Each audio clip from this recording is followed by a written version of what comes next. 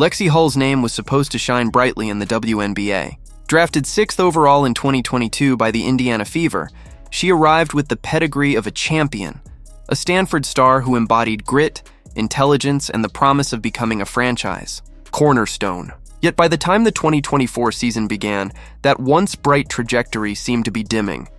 The same player who had carried trophies in college and envisioned herself shaping the future of the league now found herself buried on the bench. Under former coach Christie Sides, Hull was an afterthought. Role players leapfrogged her in the rotation. Nights ended with her collecting splinters rather than minutes. The whispers started to grow louder. Was Lexie Hull destined to be just another draft bust? Another name lost in the crowded shuffle of professional basketball? That painful reality loomed large as the season tipped off. The Fever themselves were spiraling, stumbling out of the gate with an abysmal record. Headlines painted a grim picture. Poor rotations, a leaky defense, and no chemistry to speak of. Indianapolis, a city hungry for a winner, was left frustrated. And there was Lexie, stuck on the sideline, towel over her shoulders, watching helplessly as her team and her career slipped away. For a player who had been defined by fire and competitiveness since childhood, it was a devastating crossroads. Basketball had been written into her DNA. Her father played, and alongside her twin sister, Hull had grown up in an environment where competition wasn't just encouraged. It was a way of life. Her parents exposed her to every sport imaginable, but the orange ball always found its way back into her hands.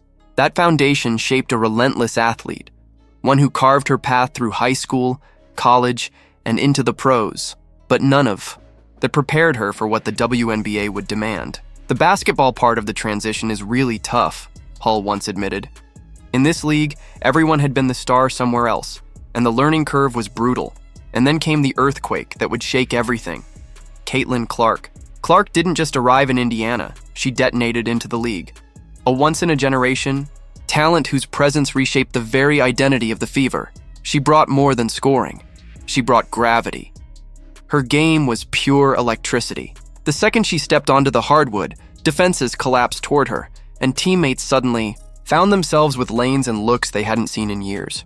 For Hull, Clark wasn't just a teammate, she was a lifeline. The dynamic changed almost instantly. Practices that once dragged now had intensity. Scrimmages became battles because Clark demanded it. If the Fever weren't competing hard enough, she pushed them to rise higher. It wasn't just energy, it was transformation.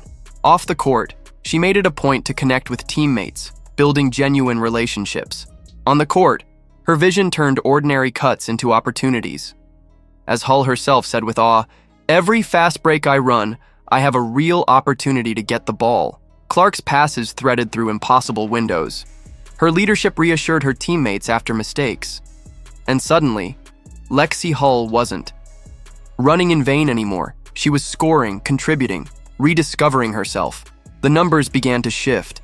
What had once been inconsistency gave way to confidence. During the Olympic break, Hull threw herself into the grind, practicing endlessly. Watching her shooting percentages rise, she started to believe again.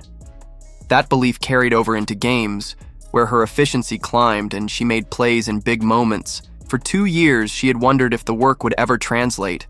Now, under the new culture Clark helped establish, it finally did. But this wasn't just about Hull's revival. The Fever themselves began to look alive for the first time in years. Sold-out arenas replaced half-empty stands. Home games felt electric. Road games turned into showcases. Indianapolis basketball was no longer a punchline. It was the hottest ticket in the league. The Fever were no longer just surviving. They were surging. For Lexie, this transformation carried deep personal weight. She admitted that seeing fans rally behind her after years of quiet support she didn't always realize was there filled her with a sense of gratitude. You kind of forget that there are people behind the scenes until they come out and say, "I've been following you this whole time," she reflected. That community, that love, became fuel as much as the practices and the drills. The shift didn't only happen in games either. It took root in the Fever locker room. What had once been a fractured and frustrated group evolved into a culture of accountability and trust. Clark's competitive fire was contagious, but so was her belief in her teammates. Players who had once doubted themselves began to rise with her. Practices sharpened, relationships deepened, and a true team identity emerged. Hull's journey was living proof. From overlooked benchwarmer to vital contributor, her story embodied the Fever's transformation.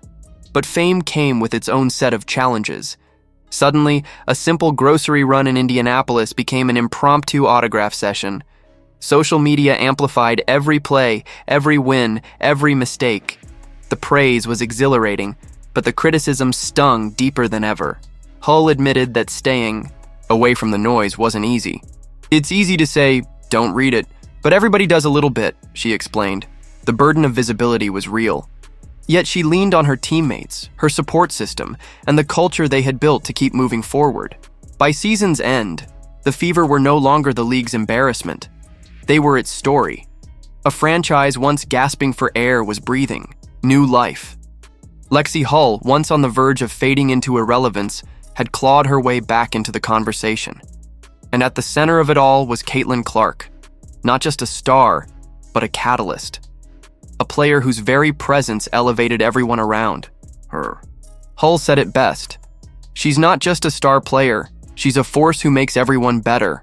What Indiana had built was bigger than one season. It was an identity shift. Sold-out crowds, energized fan bases, and a culture rooted in accountability created the foundation of something sustainable. With Clark leading, Hull thriving, and teammates like Aaliyah Boston and Kelsey Mitchell growing alongside them, the Fever weren't just contenders. They were a powerhouse in the making.